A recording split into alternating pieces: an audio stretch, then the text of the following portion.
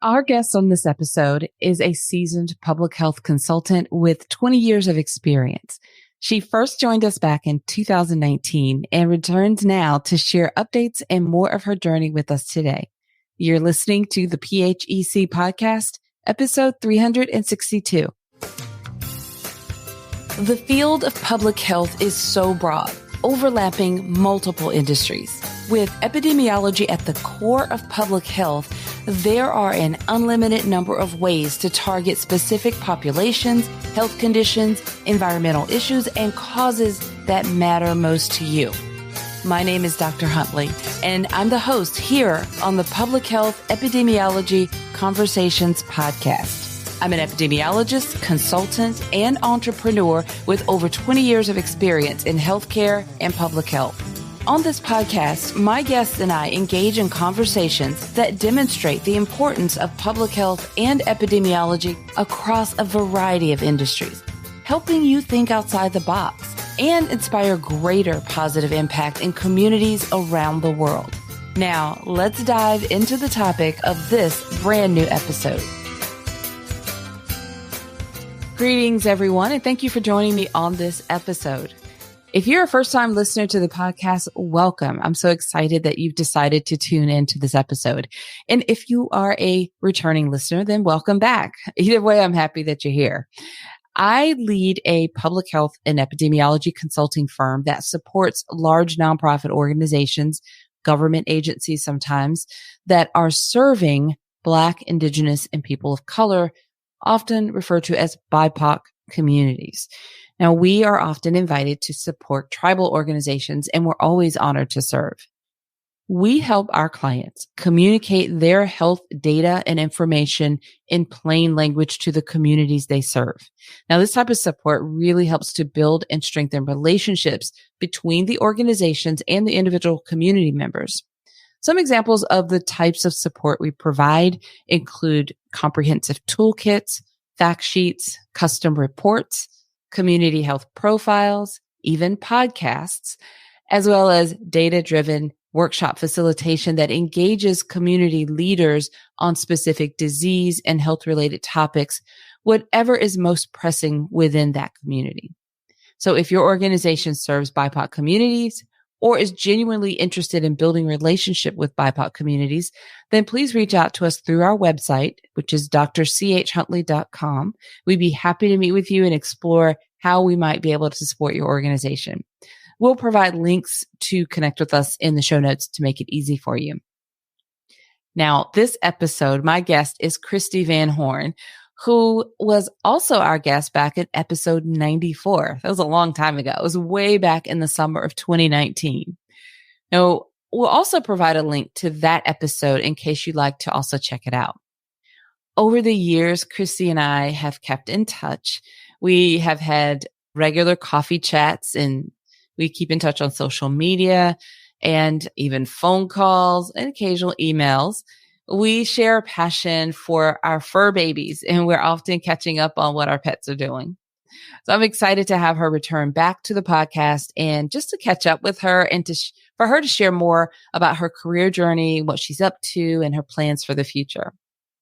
Let me formally introduce her to you now, and then I'll go ahead and connect our conversation.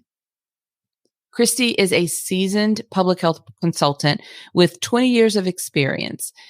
In 2015, she founded CVH Consulting, LLC, offering services to create impactful health education and training experiences for her clients.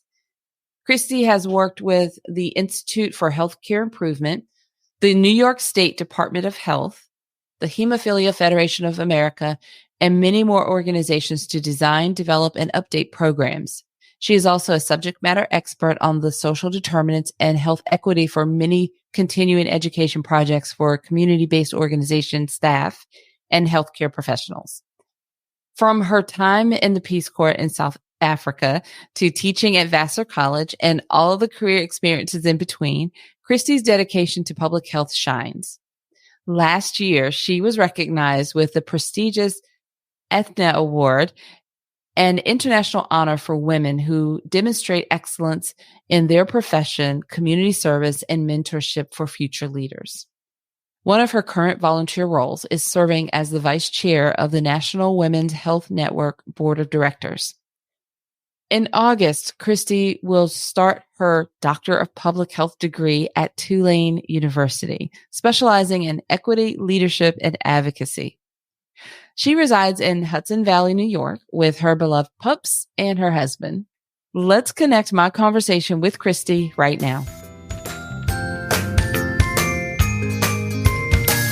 Well, this is very exciting to me. I have a special guest who has been on the podcast before. Is a sweet friend of mine too. So we spent some time chatting and catching up before hitting record. So I am super giddy and excited to welcome back Christie VanHorne. Christie, how are you? Dr. Huntley, I am also giddy. I'm also very excited to be back, and I wish we were together in person, but just virtually with you is just as exciting. Yay. This has been since, I want to say, maybe 2018 that we first kind of started chatting along. Yes. I remember we connected over that first Public Health Consulting and Entrepreneurship Expo. Remember that? Yes. Where we were like bombarded with questions. Yeah, that was a pivot for me shortly after that, realizing that so many people were interested in entrepreneurship and starting to create support for folks that wanted to go on this journey. But you and I were fast friends. Yes. Just have so many things in common. So we had to catch up on like life, our dogs, and what we're doing and what's been going on. So I'm excited to have you back. And for everyone listening, in the show notes, we'll make sure that we connect our previous episode where Christie was a guest. I can't remember the number right now, but I know it was back in 2018. It was 90 something. I think it might be. I listened this morning as a little, I studied up. I think it might be 94, but don't quote me on that. Yeah, I think that might be right. We'll make sure that it's all correct in the, like I said, in the show notes, but so much has changed. That was way before the pandemic, and so much has changed. So I'm excited to have you back. And for our listeners that have been around for a long time, you may remember that episode. A lot of you are probably familiar with Christie, already connected with her on LinkedIn. I know we have a lot of friends in common, connections in common, but let's just start from the beginning. I love this on a retrospective view of things and to kind of chat. And we're going to roll back a little bit to talk about kind of what you've been doing. I guess even before that, why don't you just introduce yourself? Just let's not assume that everyone knows who you are. Let's just do an introduction for people who are first getting to know you. Okay, great. Hi, everyone. I live in Poughkeepsie, New York, in the beautiful Hudson Valley. I've been consulting now for 9 years. January will be my 10-year business anniversary, which is, oh my goodness, insane. I can't believe it's been that long. I also am an adjunct professor at Vassar College, which is some of my new news. I love that. And I'm going to be starting my DRPH in August at Tulane. So that's a little bit about me. I'm a proud dog mom, and most of you who follow me on Instagram know that. But yeah, that's a little bit about me. Oh my goodness. That's a great introduction. And I was just sharing about my new puppies. Yes. And as we're talking, they're getting really yappy in the background. So I'm sure. They love it. I also want to just say one thing. As I was like listening to my podcast earlier, I was also reminded that you were my very first podcast interview ever. And since then, I've been on a number of podcasts. I even had my own. I feel very differently now. I was so nervous during that interview. But yeah, I've come a long way in my interviewing podcast journey. So thank you for being my first. Yay. And that's right. You had you co-hosted a show for a while. I did. Yeah. About extreme periods. It's still around. There's just a new co-host. I had too much on my plate. Give anyone who does a podcast a lot of credit. I don't know if people always realize how much goes into the behind the scenes, but it was a lot of work, very rewarding. I did it for a year, but it's called Flow, and it was all about extreme periods. So yeah, I had a great time with it, but it's a lot of work. Yes, a lot of work. We have a great team. So it's not just me doing this solo. We have a great team and a great system. So, all right. So Christie, this is great. We're going to have to, we can go down all the rabbit trails we want to. I know. Watch out, everyone. But let's move on to you telling us a little bit about. So one of the questions I like to ask, as you remember, is kind of this beginning point, or at least this part where you first became interested in public health or first discovered public health. Can you tell us a little bit about that? Yeah, so it's a little bit of a roundabout. I think, those of us who have been in public health for a long time, most of us fell into the field, right? Like we didn't know what public health was when we first became interested in it. And that's absolutely the case for me. As an undergrad, I studied history and genocide studies, which is very dreary, yes. And I talk about this in the first episode a little bit too, so if folks want more details. But I grew tired of the question in my history and genocide studies classes of how did we let this happen? How did we allow this to happen years ago? And I mean, now we're living through multiple genocides, and I think there's a lot more awareness around it in current time. But there wasn't then. And there was even a genocide going on in the Sudan at this time, 2002. I'm dating myself here. So I did an internship at Human Rights Watch, and I was in the Africa division and focused on HIV in South Africa and misinformation that was being spread in South Africa. So that was my introduction into public health without really knowing that it was public health, right? So after I graduated with my undergrad in history and my master's in education, I joined the Peace Corps and worked in South Africa volunteered, I should say, in South Africa for 2 years as a Peace Corps volunteer. And the place where I lived, the HIV rates at that time were 33%. So that was my real introduction into public health. And when I came home from the Peace Corps, I worked at Planned Parenthood for 2 years as a health educator, my favorite job of all time, before I went back to school to get my master's in public health. So that's a little bit of my introduction into public health. Now, I know that we all have multiple interests in public health. There's different passions, people, populations, issues. But is there a particular population or condition or public health problem that you're most passionate about now? Yeah, I would say I don't necessarily always work in that. And I think this is notable too for folks, right? Like my work is very focused on health education, training, instructional design. That's what my business is focused on, my consulting business. But my passion projects and what I would say I'm most focused on is women's health. And that's always been the case. And that started when I was in the Peace Corps. And I'm on a board of directors of a national women's health organization. I teach a critical issues in women's health course at Vassar College. So I'm still very engaged in women's health in many ways. But my business doesn't necessarily focus solely on women's health. And I think that that's a message there, right? Like public health is so broad. There's so much you can do with it. And I have done some projects focused on women's health, but my overall business is really focused on education and training, which can be in any sector within the field of public health. Yeah, that's a great point. I think that sometimes we have a true passion and we stay focused on that. And as consultants, sometimes our projects do get to overlap similar situations. Which is the best. Yeah, exactly. And then sometimes just knowing what that passion is and knowing that focus can help you say yes or no. So even if it's not an exact alignment, you may be able to indirectly connect enough to know that, yeah, I can get excited about this project. Yeah. Yeah. So that's great. Absolutely. Tell us a little bit more about your business. I know that we talked about it. You've been in business for a long time. So consulting on the last episode back in early 2019, I think maybe. Crazy. But compared to now, like fill in all the gaps. I'm still doing the same work, which is really exciting. You know, I take pride in that. It's almost 10 years in and I'm still doing the same work. I have been working with a lot of national health organizations on revitalizing, I like to say, their programs from pre-COVID world to now, thinking about how programs are revitalized, right? Because we don't live in the same world anymore. So much has gone online, but how do you balance, say, in-person programming with also providing virtual programming and finding that happy or middle ground. I've done some work with the Institute for Healthcare Improvement, IHI, on updating their programs so they're more of a blended learning format. So there will be, some of their programs used to be 7 days full intensive in person.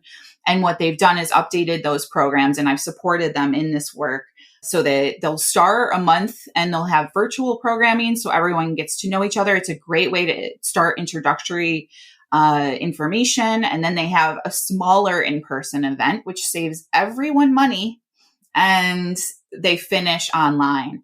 And there's benefits to this in multiple ways, right? Return on investment for learning purposes, spreading out the information. You're going to have more retention of knowledge because you're not trying to learn all the things in 7 days. So there's a lot of benefits to this. And that's one of the projects that I work on. And something else I've been doing a lot of, which I absolutely love, is acting as a subject matter expert. I've worked on a couple of New York State Department of Health grants recently as a SME, subject matter expert, on social determinants, health equity, and training social workers, community-based organization staff, and folks on social determinants, health equity, and what it means for community development. And I've just loved that work. So yeah, I've evolved a little bit, but essentially I'm still doing the same work. Yeah, that's interesting. I remember way back, we talked a lot about the online programs versus in person, because you were doing this Train the Trainer series, and we would talk a whole lot about that. And the majority of what I facilitated was online programs, virtual programs. So that moving into the pandemic and like everything having to be virtual, and then kind of moving away into a lot of hybrid programs. So I, even within my work, I know that there's a lot of benefit for that hybrid program, and people really embracing that. Even in our mastermind program, like my consulting clients, I do a lot of that. But in the mastermind program, we have the virtual connections, and then we have in-person events, retreats that happen twice a year. And I think that when done well, those hybrid programs are just, I think you can just maximize the best of both worlds. Yeah, absolutely. Yep. Yeah, we're definitely hearing that in the feedback, IHI, too. People really appreciate having the time to start learning about something and then having in person. And it's just a great use of time. And as I said, there's retention of learning, right? Like that you don't necessarily consider as maybe a participant, but it's true. You know, you're going to retain more of what you're learning because it's not all jammed into a few days. So, and yeah, there's just more time for reflection and programming. And yeah, it's a great way to set up your programs. And you are working on making a big step now. Big step. I am. I swore I would never do it. I really did. I'm sure we talked about it, and I said I will never, ever get my doctorate. And I think that's what you're alluding to. Yeah. So something changed in 2022. I was asked to teach 2 classes at Vassar College. Well, I applied, and then they asked me, and it was a huge moment in my life. And it has changed my life in the best way. I don't know if I've ever been happier than I am when I am teaching. In higher ed, that is. Mm-hmm. I taught high school once. Now that's not the same. That was a very long time ago too. But yeah, I absolutely love teaching. And I was talking, actually, this is funny. I was talking to my therapist about the same thing that I was saying to you. Like, I'm never going to get my doctorate. And she was like, why? You're so happy at Vassar. Like, why wouldn't you get your doctorate if it means you could teach full time? And I was just like, because I've always said I wouldn't do it. And it's so much work, and I'm older, you know, I'm not old, I'm older, but she pushed me, and I didn't know this. She was actually like, well, I got my doctorate a little bit later in life for the same reason. Like, I wanted to teach. She was also an adjunct at Fordham and wanted to teach full time. So she did the same thing. And of all the people in the world, it is my therapist who pushed me into really considering getting my doctorate. And after a lot of conversations with my husband and really thinking through like what it would mean to have a business, to be teaching, and going to school, even though it's a part-time program, it's a lot of hats to wear. Because I don't think people always consider that when you're a consultant, you don't just typically have one client, right? So you have multiple jobs and then so it's a lot to juggle. But right now I'm so excited. I can't wait. I'm ready. Although I know that will die. I know. I know the excitement will the reality will set in eventually, but I am right now I'm ready. I'm ready to go. I think it's exciting. Thank you for sharing that too. I think it's definitely a lot of work. That's a fact. So if someone asks me, well, what's, my opinion? Yes, do this if this is something that is meaningful to you. You really want to do this, not just because, just whatever randomness there. But yes, I also started that journey at an older stage of life. So I think it's very rewarding. I think you'll get so much out of it. I don't necessarily expect you to, all of that enthusiasm will die. I think it could be, there will be variations. Yeah, right. You'll have some, but you're aware of all the different hats, and you're right. There's a lot going on, but I also did that kind of juggle. So you've got a lot of friends around you that have been on that path and in similar kind of challenges. So lean into that network for sure, because that will make a difference. Yes. No, I appreciate you saying that. It's so true. And we do have such an incredible community. And yeah, I'm excited. I also am excited because I'm going to Tulane, and it's an online program. I had to have an online program. And I'm also excited to meet my fellow cohort students, so that we can also support each other. And because I think that's, when you're in person, of course, there's that support, but I think you have to work a little bit harder at supporting one another and reaching out and getting to know each other when it's an online program. I already met a few, and yeah, I'm thrilled. I only met 5 people in my cohort, but they're all really super incredible. And one of them, we've already become pretty close, and yeah, I'm ready. You can have me back in 2 years and we'll see where I am. We'll do another one of these and remind me of how excited I was. Okay. Yes. I think that's a plan. You reminded me, I also completed my doctorate online program, and 2 ladies, there's a few that we connected with and stayed in touch, but the 2 ladies in particular, we really stayed in touch. And in fact, we've met a few times since graduation in person. Aww. We attended the same conference, and we have pictures. And one of them recently, and we're recording this early summer, so about a month ago. And she and I were able to meet up and have lunch together and just catch up. And it was so wonderful. We stay in touch, and it's really super nice. So I'm excited for you. Yeah, I am too. Right now I'm very excited. I'm ready to go. I'm taking health policy and leadership class. So, I'm excited for the classes too, which I know I have to take a finance class. I'm not excited about it. But right now, like I said, I'm all in. I'm ready to go. Yeah. And actually, the finance class will be super beneficial for my business and client work and all of the board work that I do. So I shouldn't, I'm ready to learn. I'm ready to learn. Yeah. Well, we're going to make a note to bring you back in a couple of years. All right. So we're going to transition a little bit, because what I do a little differently now compared to a few years back on the podcast is I call it connecting the dots. And this is by design, because I understand that we have a variety of people listening to the podcast. And I think that this is such a broad field, public health. It helps people to connect the dots if we connect the dots for them. So in this question, I feel like it kind of helps people have given a lot of feedback on this and really appreciate hearing this.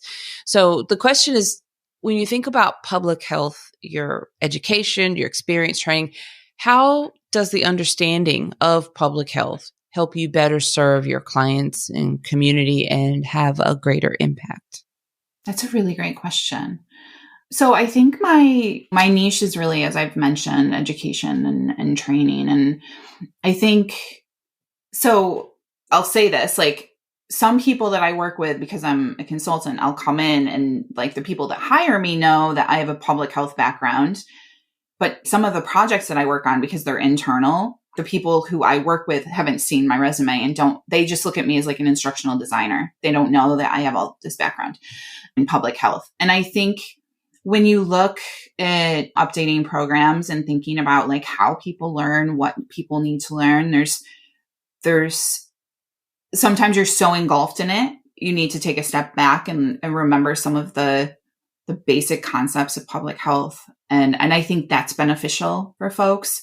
I also think that the work that I do with community-based organizations and social workers I do a lot of continuing education, as I've already mentioned, for them. And I love those trainings because you think about somebody who works for a local food bank or even a university, or not really connecting exactly what you're saying, those dots of like what the work that they're doing is public health, right? They don't understand that addressing food insecurity is actually a health issue, or that making sure that people have access to quality education. Thinking about, I do a lot and I love the history of public health. So one of my more popular sessions that I do, educational workshops, is on the history of public health and making the connection between redlining and poor health outcomes. And I love taking maps of places that were redlined and then looking at, census data from the last census and overlapping poor health outcomes.